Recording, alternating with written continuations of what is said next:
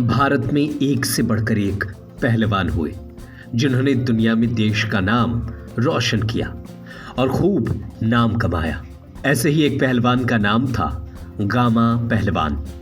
इन्हें the great gamma और रुस्तमे हिंद के नाम से भी जाना जाता था।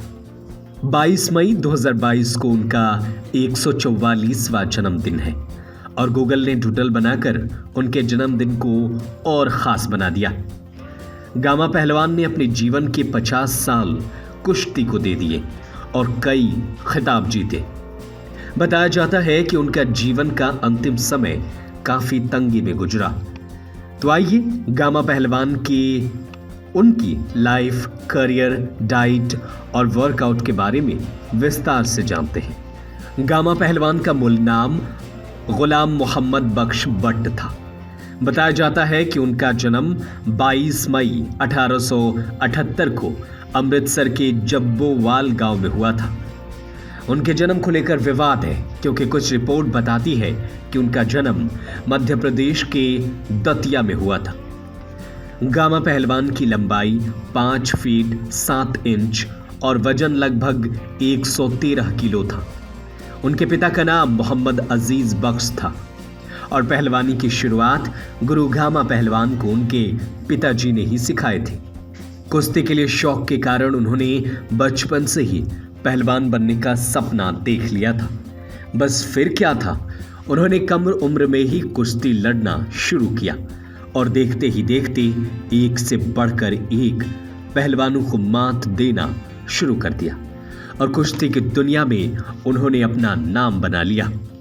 भारत में सभी पहलवानों को धूल चटाने के बाद उन्होंने 1910 में लंदन का रुख किया। 1910 में वो अपने भाई इमाम बख्श के साथ इंटरनेशनल कुश्ती चैंपियनशिप में भाग लेने इंग्लैंड गए। उनकी हाइट केवल 5 फीट और 7 इंच की होने के कारण उन्हें इंटरनेशनल चैंपियनशिप में शामिल नहीं किया गया। इसके बाद उन्होंने वहां के पहलवानों को खुली चुनौती दी थी कि वे किसी भी पहलवान को 30 मिनट में हरा सकते हैं, लेकिन उनकी चुनौती किसी ने स्वीकार नहीं की थी। अपने करियर में उन्होंने कई खिताब जीते, जिसमें वर्ल्ड हैवीवेट चैंपियनशिप 1910 और वर्ल्ड कुश्ती चैंपियनशिप भी जीता, जहां उन्होंने टाइगर की उपाधि से सम्मानित किया गया। बताया जाता है कि उन्होंने martial art artist Bruce Lee को भी चैलेंज किया था।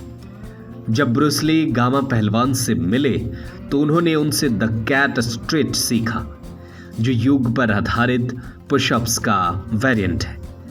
20वीं शताब्दी की शुरुआत में गामा पहलवान रुस्तमे हिंद बने।